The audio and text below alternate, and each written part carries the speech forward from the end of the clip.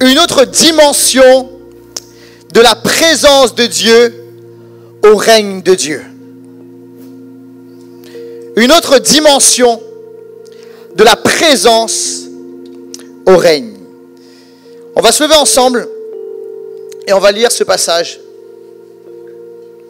qui se trouve dans 1 Pierre, au chapitre 2, au verset 9. 1 Pierre, chapitre 2, verset 9. Vous,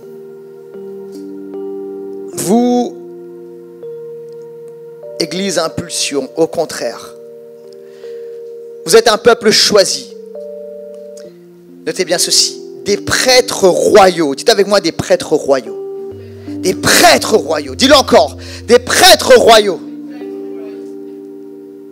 Une nation sainte, un peuple racheté afin de proclamer les louanges de celui qui vous a appelé des ténèbres à sa merveilleuse lumière. Prions ensemble. Père, merci pour ta parole maintenant. Qu'elle nous transforme, qu'elle nous touche, qu'elle nous impacte, qu'elle nous bouleverse et qu'elle apporte maintenant révélation et connaissance dans le nom de Jésus. Et tous ensemble nous disons Amen. Amen et Amen.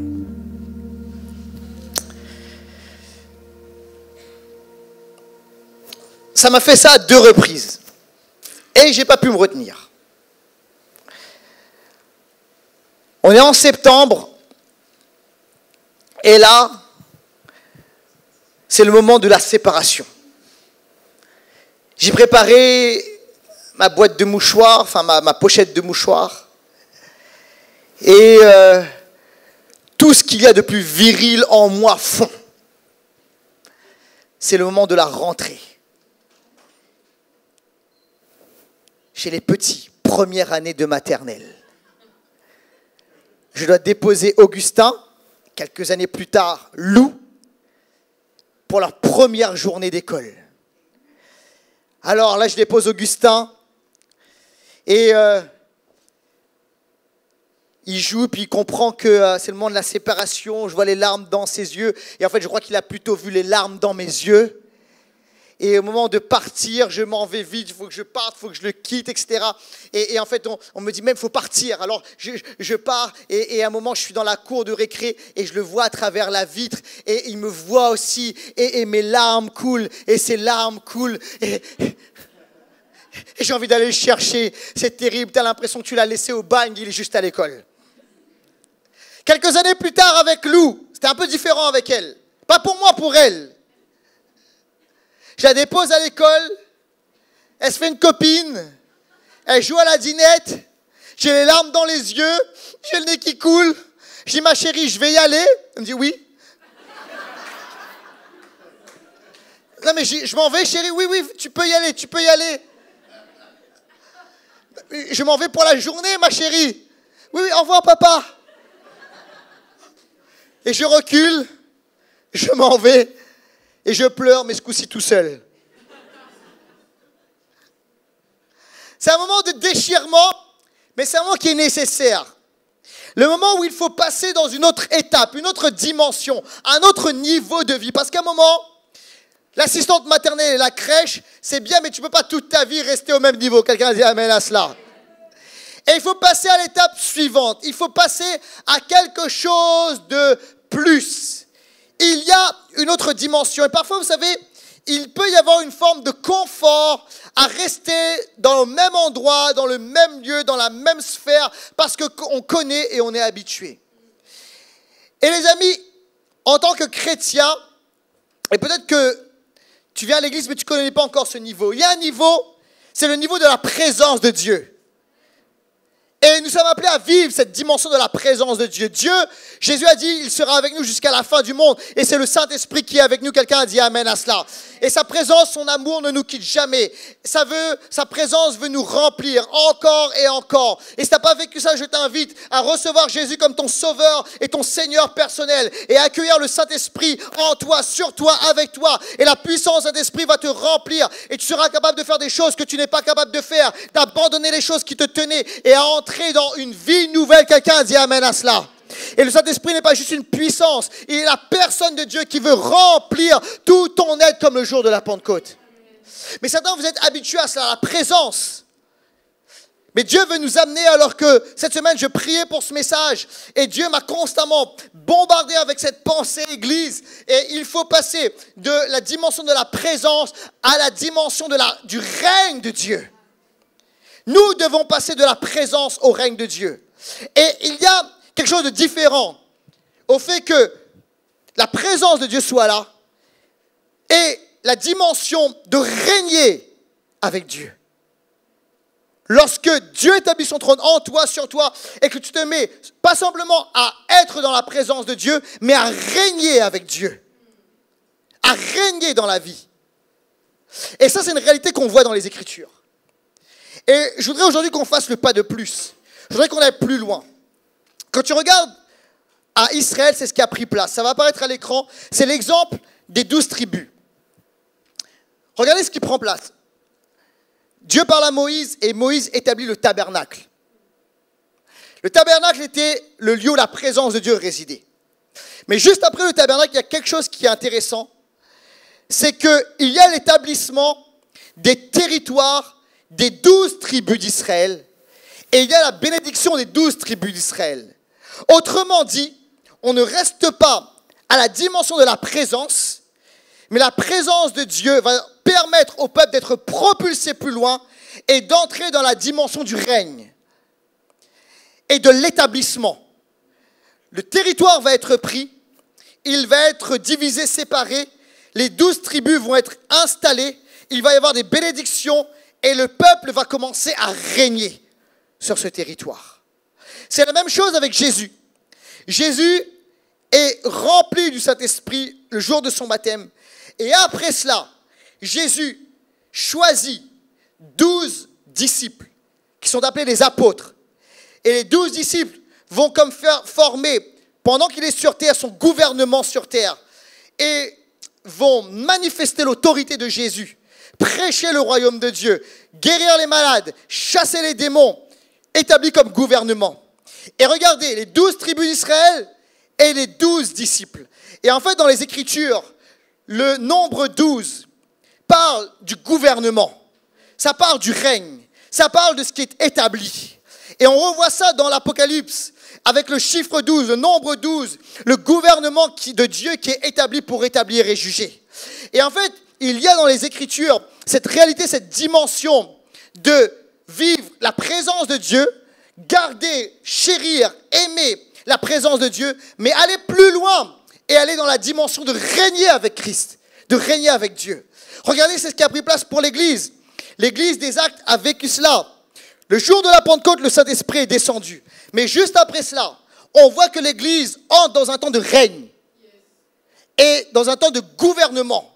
Nous lisons ceci ensemble dans Actes au chapitre 6, versets 3 à 6. C'est pourquoi, frères et sœurs, choisissez parmi vous cet homme de qui on rend un bon témoignage, rempli d'Esprit Saint et de sagesse. Et nous les chargerons de ce travail. Quant à nous, nous continuerons à nous consacrer à la prière et au ministère de la parole. Cette proposition plut à toute l'assemblée et ils choisirent Étienne, un homme plein de foi et d'Esprit Saint, Philippe, Prochor, Nicanor, Timon, Parménas, Nicolas, un non-juif d'Antioche converti, et les présentèrent aux apôtres. Ils posèrent les mains sur eux en priant. Ils ont été établis, comme tu viens tout à l'heure de prophétiser sur Claire. Il y a une dimension de gouvernement où les apôtres commencent à gouverner, à établir, à instaurer, à régner. Et on voit le règne de Dieu qui s'établit à plusieurs reprises par rapport au peuple de Dieu. Regardez, alors que l'Église est menacée, il commence à y avoir un début de persécution. Alors que le peuple de Dieu commence à être perturbé, commence à être attaqué, ils se mettent à prier. Et c'est une prière de gouvernement, d'autorité, une prière apostolique, une prière de puissance. Et alors qu'ils se mettent à prier ensemble, les lieux se mettent à trembler. Il est dit ceci, et dans Acte 4, les lieux se mettent à trembler. Et il dit, donne-nous l'assurance d'apporter la parole, de prêcher la parole, et qu'il se fasse par les mains des apôtres des signes, des prodiges et des miracles. Et l'histoire est repartie et recommence. Il y a une dimension d'autorité territoriale. Ils sont placés au bon endroit, au bon moment, et ils règnent. Alléluia. Pourquoi est-ce que dans tel pays, on sent que l'Église est établie, qu'elle règne, qu'elle est forte, qu'elle prospère, que le nom de Jésus est établi, qu'il y a une influence, quelque chose qui se passe, Et pourquoi ça n'arrive pas en France? C'est parce qu'à un moment, nous devons passer de cette dimension de la présence à la dimension du règne. Alléluia. Que ton règne vienne sur la terre comme au ciel. La présence de Dieu, oui, amen, 100%. Et on ne délaissera pas la présence de Dieu. Mais Jésus nous a appelés à dire ceci, que ton règne vienne. Règne. Et le mot règne est très intéressant. Le mot royaume et règne, c'est le même mot dans les Écritures. Et si tu regardes la base de ce mot, si tu vas à la racine de ce mot, c'est le même mot qui a donné le mot marcher ou faire un pas. C'est le fait de marcher sur un territoire. C'est le fait de marcher sur un lieu. C'est le fait de prendre un territoire. Vous savez, lorsque une armée arrivait dans un endroit, on marchait sur un territoire, on le prend et on établit le drapeau. Et de la même façon, vous voyez, lorsque on parle de la présence de Dieu, cette dimension aussi de prendre un territoire, de marcher sur un territoire, de prendre des lieux, alléluia. Et c'est ce qu'on voit dans les Écritures. Quelque chose s'établit. Il y a une dimension d'autorité. Regardez avec le concile de Jérusalem. Il y a une dimension d'autorité. Actes, chapitre 15, verset 4 à 6. Arrivés à Jérusalem, ils furent accueillis par l'Église, les apôtres et les anciens. Ils rapportèrent tout ce que Dieu avait fait avec eux. Alors quelques croyants issus du parti des pharisiens se levèrent en disant qu'il fallait circoncire les non-juifs et leur ordonner de respecter la loi. Et il est écrit ceci, les apôtres et les anciens se réunirent pour examiner cette question. Et encore une fois, là, on voit cette dimension de gouvernement.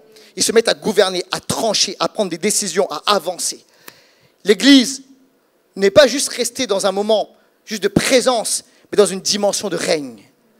Et en tant qu'Église Impulsion, nous avons vécu et nous continuons à vivre la dimension de la présence. Et il y a quelques années en arrière, nous avons vécu un déversement puissant du Saint-Esprit. Et nous voulons encore recevoir un déversement et encore plus, et encore plus, et encore plus, et encore plus de sa présence. Quelqu'un a dit amen à cela. Mais je crois que Dieu va encore réveiller. Mais pas de la même façon. Et la nouvelle dimension dans laquelle Dieu veut nous amener n'est pas simplement la dimension de la présence, mais dans la dimension du règne. D'entrer dans un temps d'établissement et d'autorité. Et j'ai écrit ceci, ça va apparaître à l'écran. On ne doit pas s'arrêter à la dimension de la présence quand Dieu veut nous amener dans la dimension du règne. Et on va ensemble regarder un peu tout cela.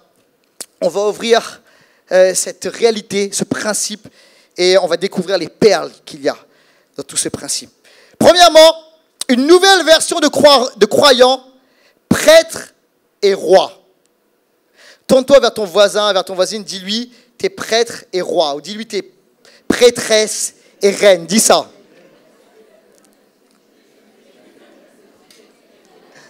Certains, il y a des hommes amoureux qui disent, tu es ma reine. Il y a des gars qui veulent le numéro, qui disent, ah, t'es une princesse. Non, je regarde.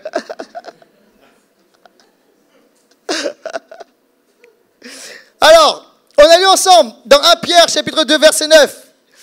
Il est question de cette expression des prêtres royaux. C'est très important. Des prêtres royaux. Et Dieu a parlé à Moïse un peu de la même façon bien des siècles auparavant.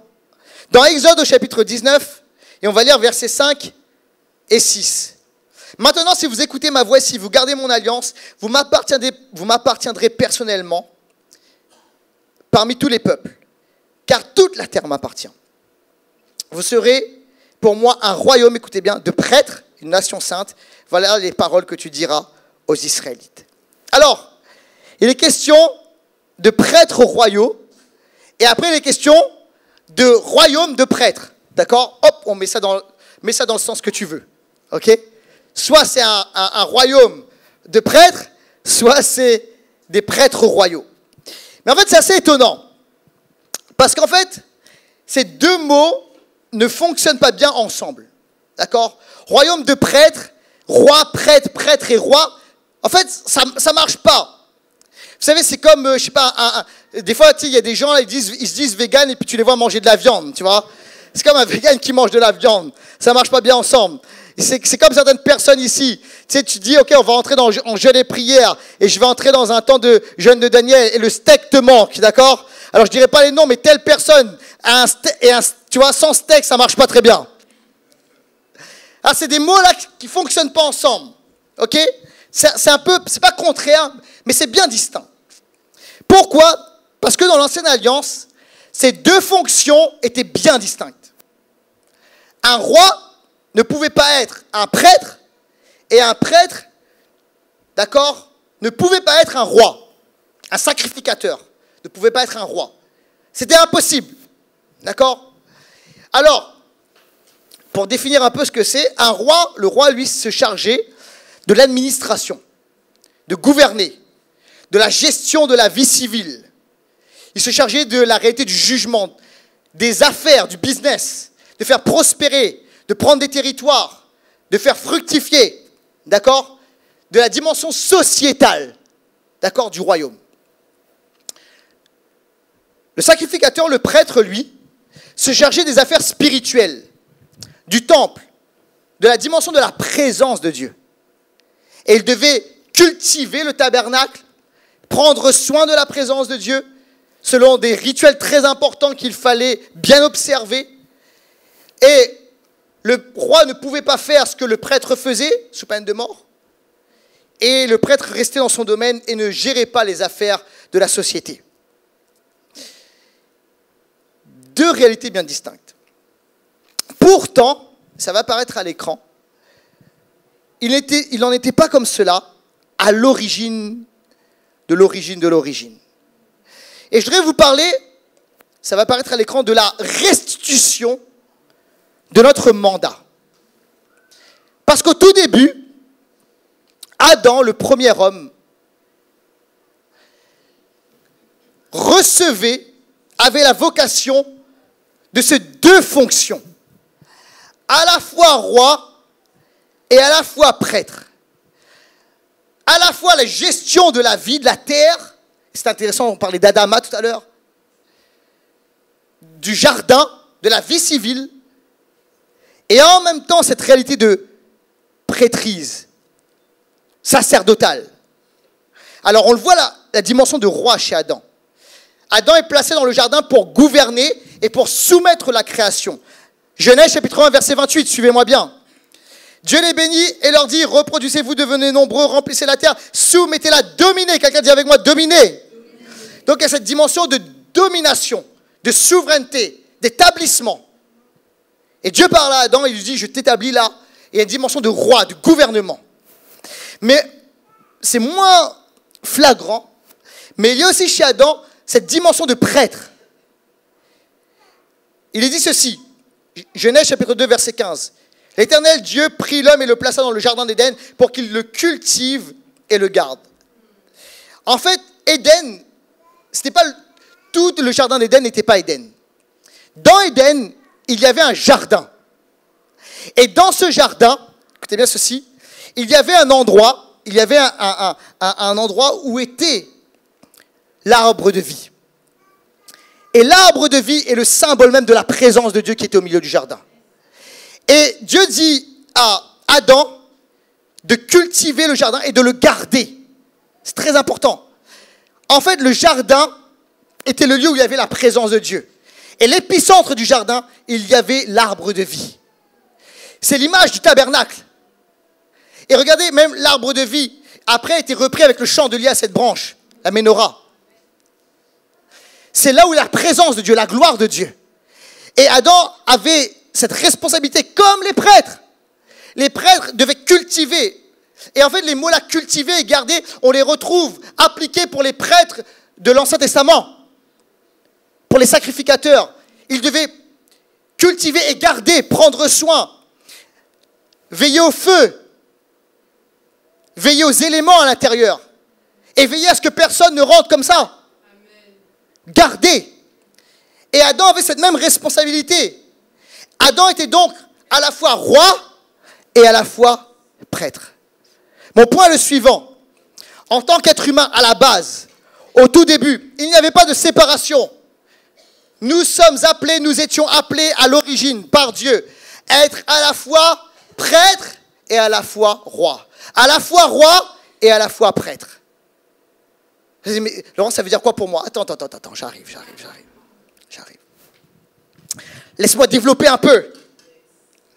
Laisse-moi dérouler. Alors, j'ai dit,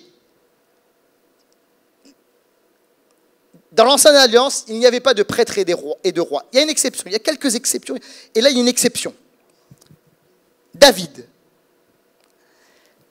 C'est spécial avec David. David était, oui, premièrement roi. Mais on voit chez David une dimension, ce qu'on appelle sacerdotale, de prêtre, qu'on ne retrouve pas chez les autres rois. Il y a des rois qui ont essayé de faire des trucs là, de sacrificateurs, de prêtres, pouf, bzz, Dieu dit non, bzz, éliminé. Par contre, on voit chez David, il y a une onction de la présence de Dieu. Il a même fait des choses parfois qui n'étaient pas autorisées pour un roi, mais Dieu est passé. Regardez l'onction même de la présence, de prêtre, de sacrificateur chez David. Les psaumes. David a écrit énormément de psaumes. Est-ce qu'on voit d'autres rois en écrire ça? Non. Avec une dimension de la louange et de la présence de Dieu? Non. David parle de un jour dans tes parvis. Il parle de la présence de Dieu, d'entrer dans les demeures de l'Éternel. Donc il y a chez David à la fois cette dimension de roi qui est établie, évidente, mais aussi cette dimension de prêtre. Et alors j'ai une question à $1 million. Pourquoi est-ce que pour David, il est question d'un trône éternel?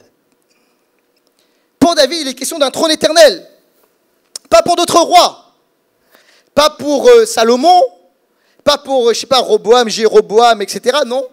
Pour d'autres. Pour David. Certainement pas pour Akab. Un mauvais roi. Mais pour David, il est question d'un trône éternel. Regardez ce qui est écrit 1 Roi, chapitre 2, verset 45. Quant au roi Salomon, il sera béni, et le trône de David, sera affermi pour toujours devant l'Éternel. Il y a plusieurs passages qui parlent du trône de David. Pourquoi? Car on voit sur David quelque chose qui ressemblait à Adam, à la fois roi et à la fois prêtre. Alors, je déroule encore. Après Jean-Baptiste, quelque chose s'est passé. Quelque chose s'est passé. Jésus a dit ceci, que après Jean-Baptiste, le plus petit dans le royaume de Dieu sera plus grand que lui. Matthieu chapitre 11, verset 11. Je vous le dis, parmi ceux qui sont nés de femmes, il n'est venu personne de plus grand que Jean-Baptiste.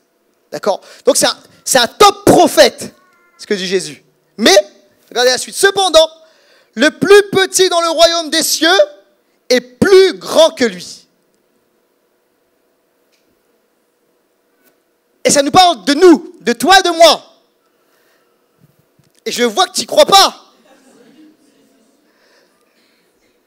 Comment ça peut être possible? Jean-Baptiste. Alors, regardez ce qui se passe. À quel moment Jésus a-t-il commencé à prêcher le royaume de Dieu? Cela veut dire peut-être tout de suite, dès qu'il a commencé son ministère. Pas tout à fait. Pas tout à fait. Marc chapitre 1, verset 14. Après que Jean eut été arrêté, fin de ministère. Des fois tu dis, mais pourquoi est-ce que Jésus n'est pas intervenu? Jésus, tu aurais pu intervenir. Non seulement Jean-Baptiste est un prophète de Dieu, non seulement Jean-Baptiste est le cousin, la famille. Pourquoi tu n'es pas intervenu? Regardez ceci. Après, tout est important dans la Bible, que Jean eut été arrêté, Jésus alla en Galilée, et regardez ceci, il proclamait la bonne nouvelle du royaume de Dieu. C'est après que Jean-Baptiste soit arrêté, fin de ministère, que Jésus a commencé à proclamer le royaume de Dieu. En fait, écoutez bien, Jean-Baptiste, en fait, il est comme dans un intermédiaire. Tu vois, là, je ne sais pas si tu vois les câbles, là, il y a des câbles. Tu vois, il est un peu entre deux temps. C'est-à-dire que, en fait, c'est un prophète de l'Ancien Testament, mais qui est dans le Nouveau Testament. Est-ce que vous voyez ou pas? Parce qu'en fait, Jean-Baptiste, il fait la transition vers la Nouvelle Alliance. Mais en fait, il est encore dans l'Ancienne Alliance. Il dit la Nouvelle Alliance arrive. OK? Donc, en fait, il est dans cette lignée de croyants où tu peux être que roi, que prophète ou que prêtre. L'un ou l'autre. Et fin de séquence, fin d'un temps, Jean-Baptiste est en prison, on ferme un temps. Et Jésus arrive et là il se met à dire, le royaume de Dieu est là. Le règne de Dieu est là. Et si le règne de Dieu est là, nous sommes appelés à entrer dans son règne. Écoutez bien ceci. Après Jean-Baptiste, il y a une nouvelle génération de croyants. Et c'est pour ça que Jésus a proclamé le royaume. Une nouvelle génération de croyants qui vivent à la fois la présence et à la fois le règne. Qui vivent à la fois cette dimension de prêtre et à la fois cette dimension de roi. Des gens qui vont rentrer dans le royaume et exercer le royaume et manifester le royaume et manifester le règne de Dieu. Est-ce que vous êtes avec moi, Église? Amen. Donc écoutez bien ceci. Adam, à la base, avant même les alliances, c'était la première alliance, le point de départ. Dieu, à la base, voulait que l'être humain soit à la fois roi et prêtre. Après, il y a eu le péché, il y a eu le désordre.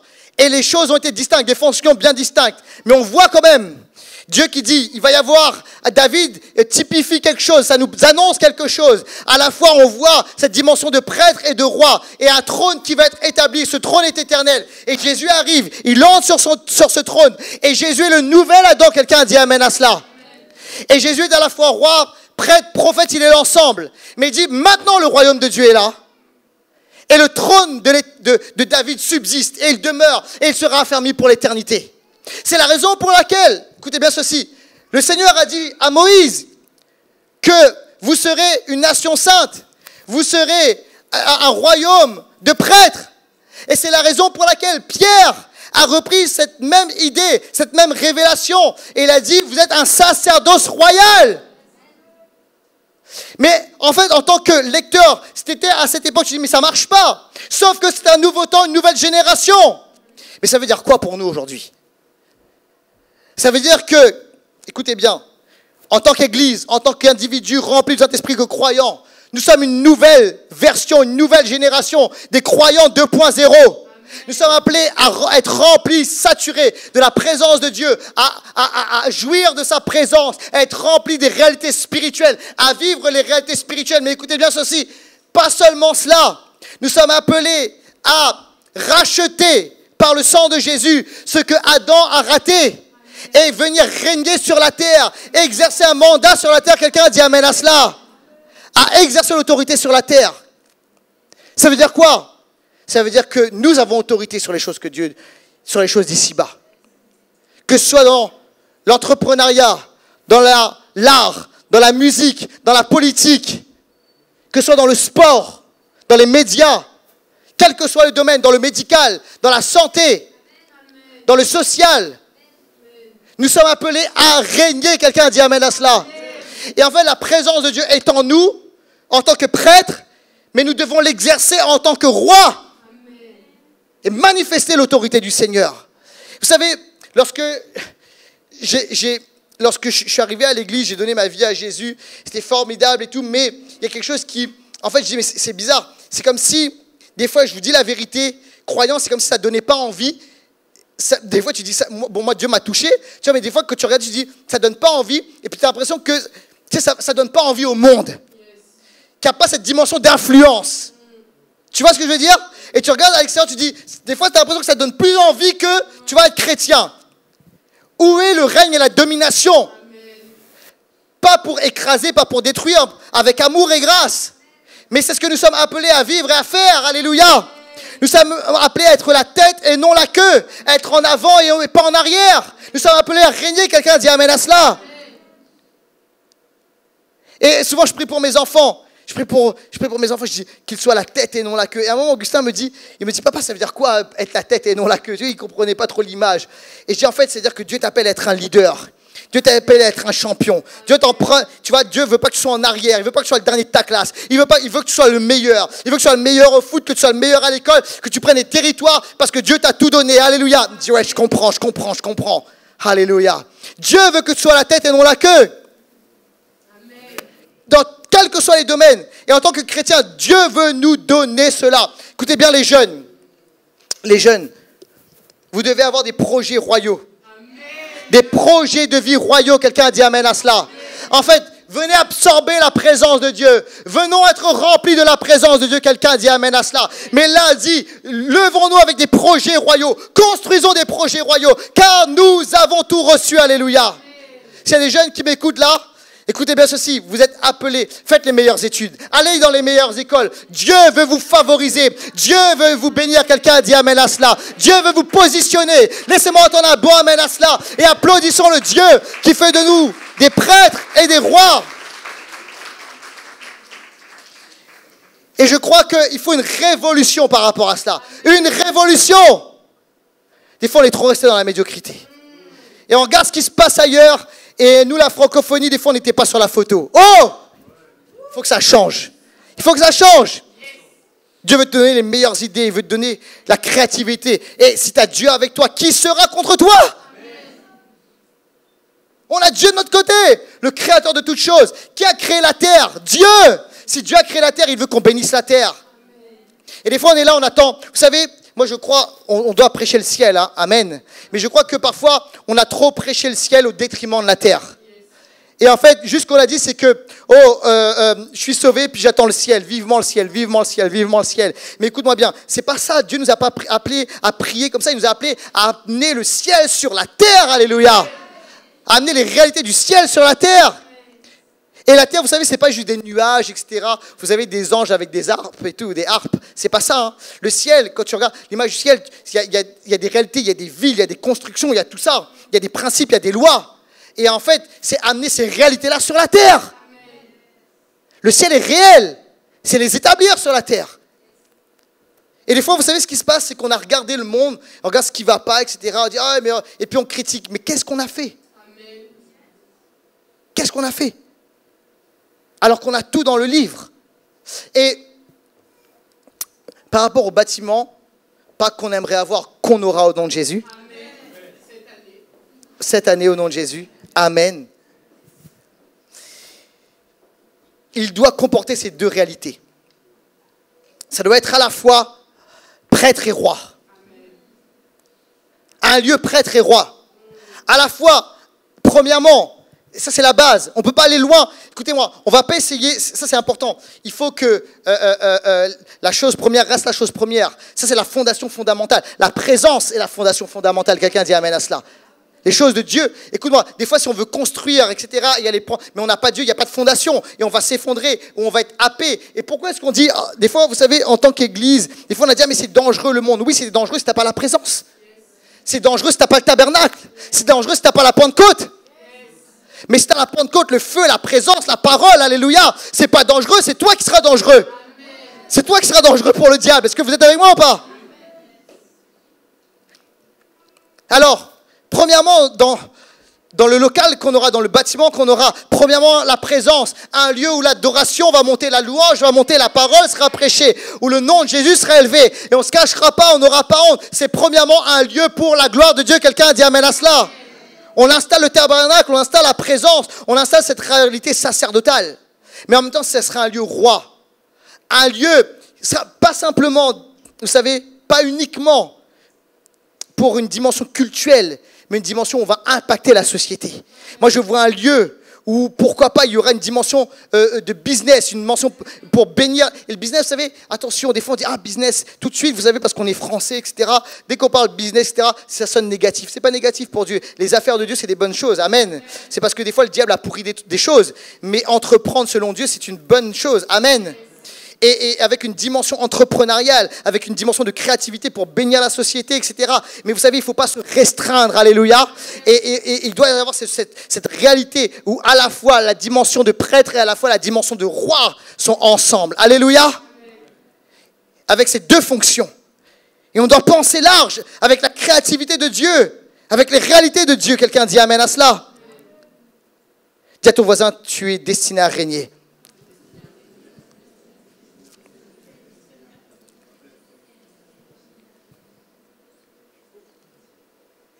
Je me souviens, il y a quelques années de cela, il y a 6-7 ans, je marche dans les rues de Paris et tout d'un coup, ça arrive comme ça, comme une pensée spontanée.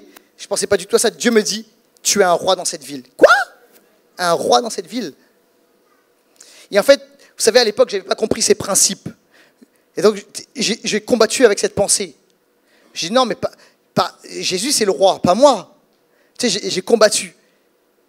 Et c'est dit, non, je t'établis là, tu es un roi dans cette ville. Écoute-moi bien. Il y a des endroits où Dieu t'établit comme roi, comme reine. Et il te dit, tu es roi dans un domaine, dans une sphère, dans un lieu, dans un territoire. Il t'établit comme roi et reine. Et il te donne l'autorité spirituelle. Quelqu'un dit amen à cela. Bon, ça, j'ai cours, j'ai presque fini. Déjà. Bon, je vais prolonger un peu alors. Okay. Je vais ajouter des points. Je vais ajouter des points. J'appelle l'équipe de louange, j'aime bien vouloir revenir. Je voudrais vous parler de 2 principes pour régner. Deuxièmement, 2 principes pour régner.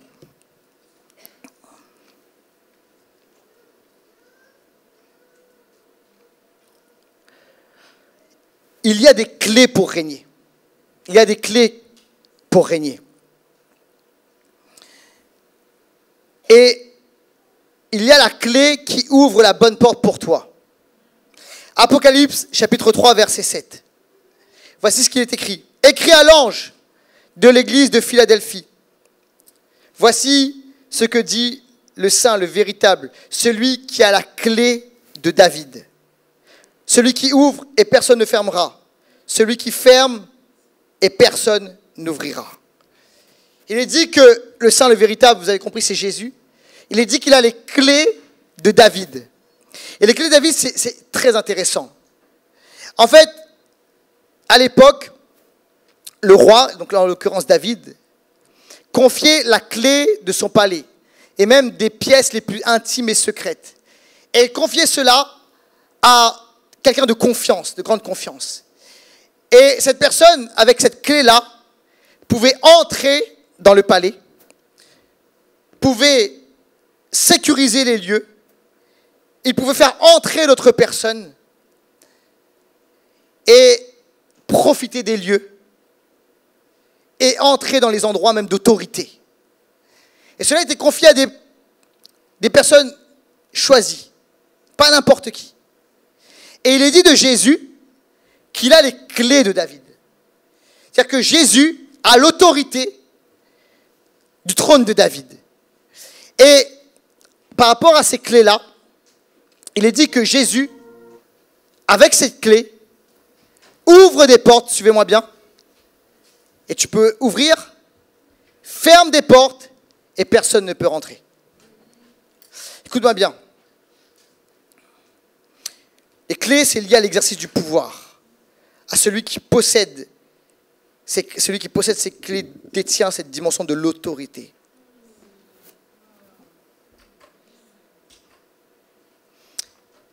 Et le Seigneur a les clés pour ta vie. Et il ouvre des portes, des territoires pour ta vie. Mais il ferme des portes aussi pour ta vie. Écoute-moi bien.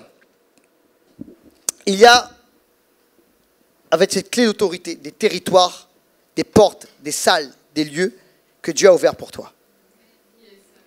Et quand tu rentres dans ce territoire, dans cette pièce, tu as été convié de manière légitime. Ton autorité est légitime.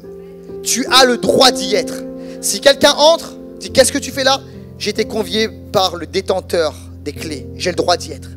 Et tu exerces ton autorité. Par contre, celui qui a les clés, par son autorité, choisit de maintenir certaines portes fermées, des pièces fermées.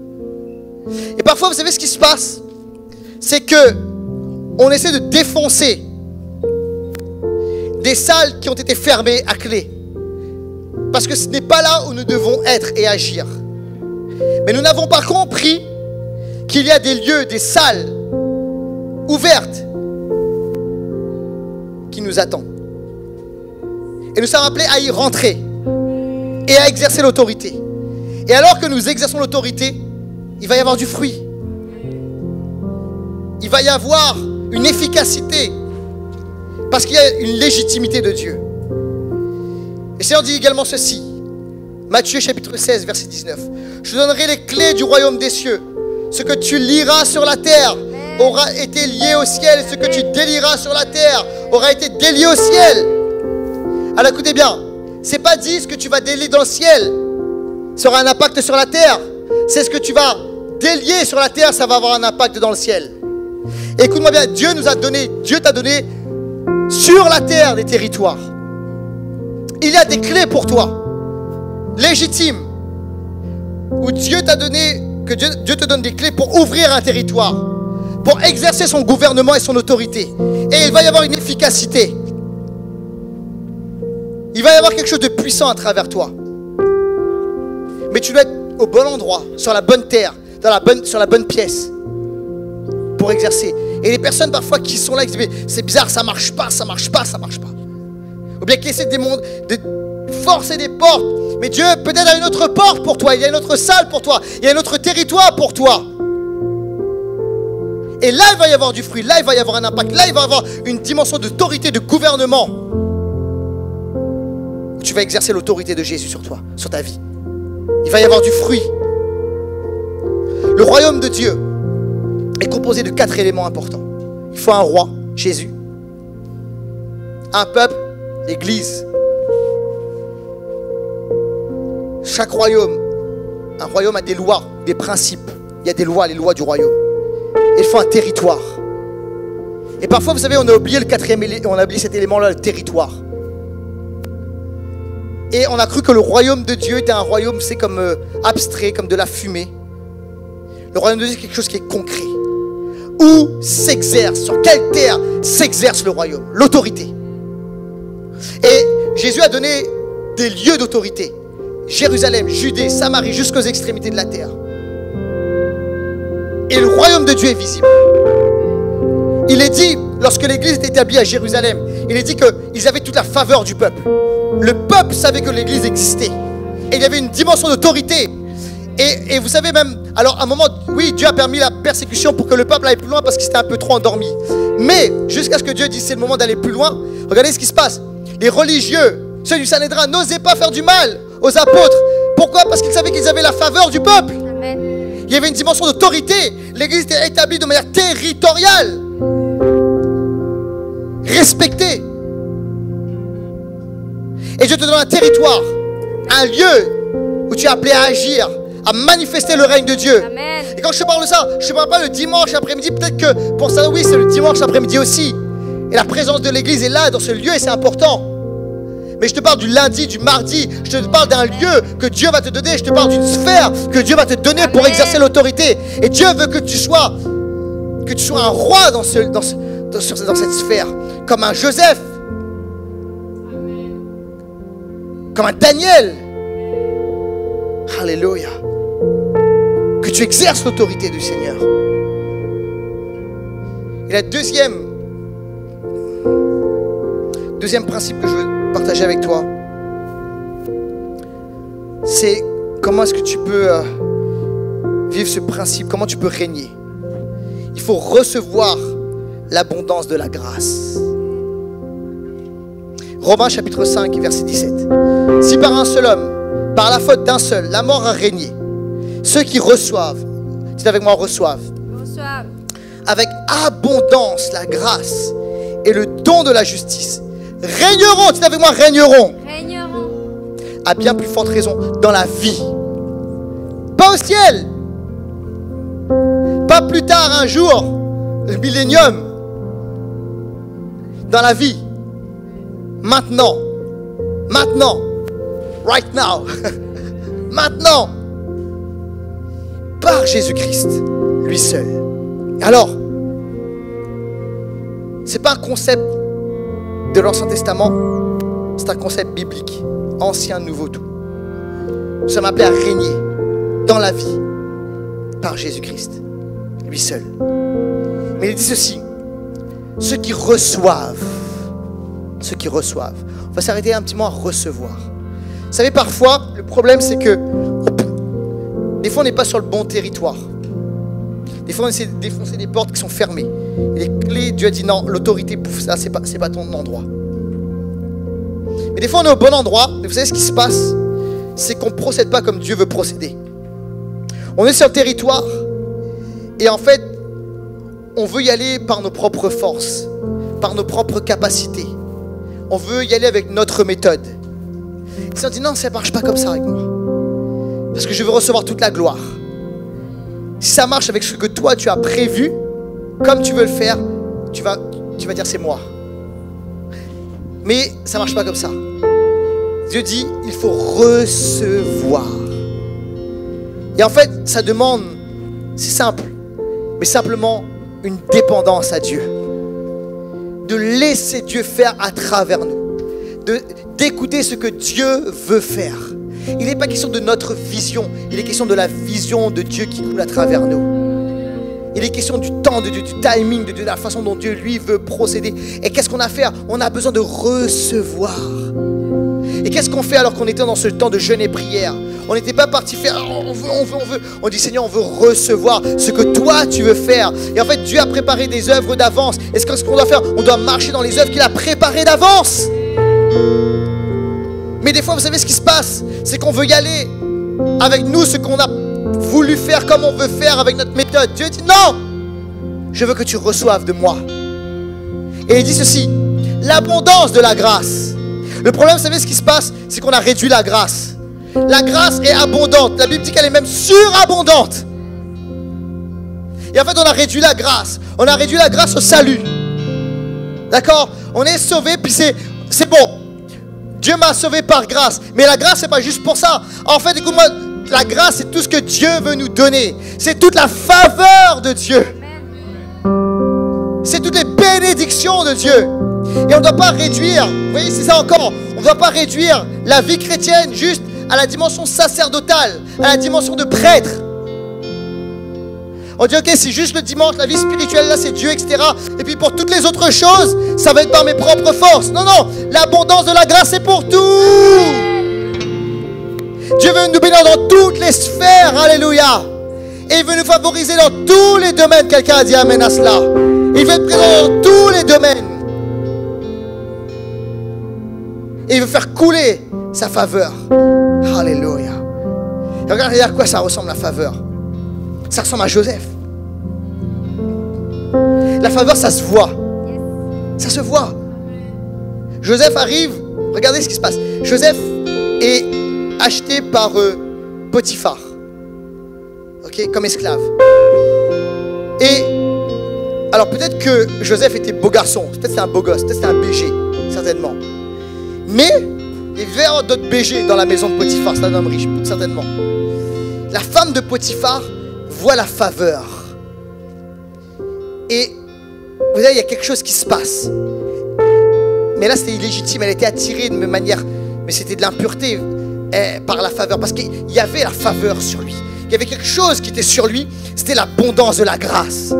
Et rapidement, vous savez, il était un des chefs, un des numéros 1 dans la maison de Potiphar. Alors il se passe ce qui se passe, mais il y a la faveur qui se voit. Il est jeté en prison. Mais rapidement, très rapidement, il est numéro 1 dans la prison. Même en prison, il y a la faveur qui est là, il est numéro 1. Ça, c'est la faveur. Ça, c'est la faveur. Et regardez, en une journée, le gars qui était en prison est arrivé, il est devenu numéro 2, premier ministre de l'Empire d'Égypte. En une journée. Certains, parfois, il faut des années, etc., des études et tout. Écoute-moi bien, la faveur, c'est ça. Peut-être certains disent, mais oui, mais Laurent, pour vivre cela, en tant que roi, il faut être bien né. Il faut avoir les bonnes relations, le bon carnet d'adresse. Non, ça, c'est pas la faveur. Ça, c'est pas recevoir. Ça, c'est toi. C'est humain, c'est des calculs, c'est possible, mais c'est des calculs humains. Ça, c'est pas ça. Ça, humainement, ça existe. Mais ça dépend pas de Dieu. Quand Dieu dit que tu vas recevoir l'abondance de la grâce, ça veut dire que Dieu, lui, va te favoriser. Il va te faire gagner 10 ans, 15 ans, 20 ans. Il va t'amener dans le carnet d'adresse, c'est lui qui va le rédiger. Il va te connecter avec les bonnes personnes. Quelqu'un dit amen à cela. Pourquoi? Pour que tu puisses régner et que tu fasses couler son règne pour sa gloire. Alléluia. Alléluia. N'ayons pas peur. N'ayons pas peur. Il y a des gens, ça leur avait été prophétisé. Et quand vous savez qu'on prophétise, ça doit peut-être se dire, des fois il part, on dit un job, etc. Pourquoi? Vous savez pourquoi on prophétise ça et ça se réalise d'ailleurs. Mais c'est pas une histoire c'est pas par cupidité. L'argent, l'amour de l'argent, c'est la racine de tous les maux. C'est pas pour ça, c'est parce que Dieu nous positionne de manière stratégique pour sa gloire. Quelqu'un a dit amen à cela. Et pourquoi Dieu ne positionnerait pas ses enfants? Alléluia. On a prophétisé, on a dit quelqu'un, Dieu va te donner, il va t'upgrader. Écoutez bien, la personne a été upgradée dans sa société, à un super poste. Et les gens ont été étonnés, ils disent, mais ça n'arrive jamais. Jamais ça n'arrive qu'en l'espace de si peu de temps, tu sois placé dans un poste en grande responsabilité dans une des plus grandes multinationales dans le domaine du luxe. Ça n'arrive jamais. Ça s'appelle la faveur. Ça s'appelle la faveur. Écoutez bien, il y a des gens aussi dans le domaine du sport. Dieu vous donne la faveur. Vous allez être des athlètes de haut niveau. Vous allez briller. Vous allez faire des exploits. Dieu va vous faire gagner du temps. Ça va être extraordinaire. Alléluia. Écoutez-moi, je déclare qu'il va y avoir des Giroud dans votre domaine. Alléluia. Dieu va vous élever, va vous donner une position extraordinaire. Pourquoi? Parce que tu vas être un mégaphone. Dieu va te donner un micro. Tu vas avoir un stage, tu vas avoir une estrade. Et ça va être le dimanche. Ça va être là où Dieu te positionne. Et tu vas parler de Jésus. Tu vas régner. C'est ça. Et il dit ceci. Le don de la justice, ça c'est l'œuvre de la croix. On a réduit la croix. On a trop réduit la croix. La croix, écoutez-moi, c'est pas juste pour le pardon des péchés. C'est pas juste, c'est énorme le pardon des péchés. C'est grand, c'est extraordinaire. Mais c'est d'imaginer, je dis même, c'est pas juste pour ça. C'est déjà énorme. Alors on a prêché, c'est pour la guérison. C'est pour la restauration, pour la libération. Mais le Seigneur nous dit ceci, c'est que dans l'œuvre de la croix, il y a cette dimension où Dieu nous restaure, il nous rétablit en position de fils et de filles. Et on est fils et filles d'une lignée royale. Donc on est positionné en tant que roi. C'est le don de la justice. Alors peut-être tu dis humainement, je suis peut-être mal né aux yeux des hommes. Mais écoute-moi bien, tu es rené en Christ. Et tu es d'une lignée royale. Et Dieu ne te voit pas avec tes manquements. Dieu ne te voit pas avec peut-être le pédigré que tu n'as pas, le CV que tu n'as pas. Dieu te voit avec des vêtements royaux. Jésus a subi, Jésus a été nu à la croix, dépouillé à la croix. Pourquoi? Parce que spirituellement, il a mis les vêtements royaux sur toi. Et Dieu ne te voit pas à travers tes péchés, à travers tes manquements, à travers tes erreurs et tes errances. Dieu te voit comme fils, fille. Il te voit comme roi, reine, prêtre et prêtresse. Et te repositionne. Ce que Adam a raté, Jésus, lui, a réussi. Alléluia.